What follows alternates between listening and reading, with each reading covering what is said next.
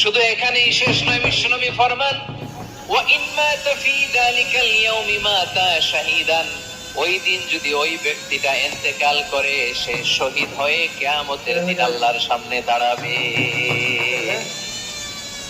সকালবেলা যদি পড়েন তিনবার আউযু বিল্লাহিস সামিল আলিম মিনাশ শাইতানির রাজিম তিনবার পড়ে সূরা হাশরের শেষ তিন আয়াত যদি তেলাওয়াত করেন তাহলে আপনার জন্য আল্লাহ তাআলা ৭০,০০০ ফেরেশতা নিয়োগ করবে।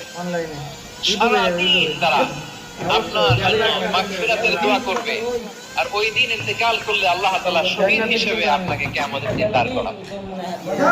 সুবহানাল্লাহ, এত আস্তে। আবার সন্ধ্যাবেলা যদি পড়েন সারা রাতের জন্য ৭০,০০০ ফেরেশতা মাগফিরাতের দোয়া করবে। ওই রাতে মারা গেলে শাহাদাতের মৃত্যু নসিব হয়ে যাবে। এজন্য এই দোয়াটা পড়ার দরকার আছে না নাই? আযকারুস সাবাহি ওয়াল মাসা, সকাল সন্ধ্যার যে জিকির, এই জিকিরের অন্তর্ভুক্ত করে নেবেন এই ওয়াজিফাটা। যে হাদিস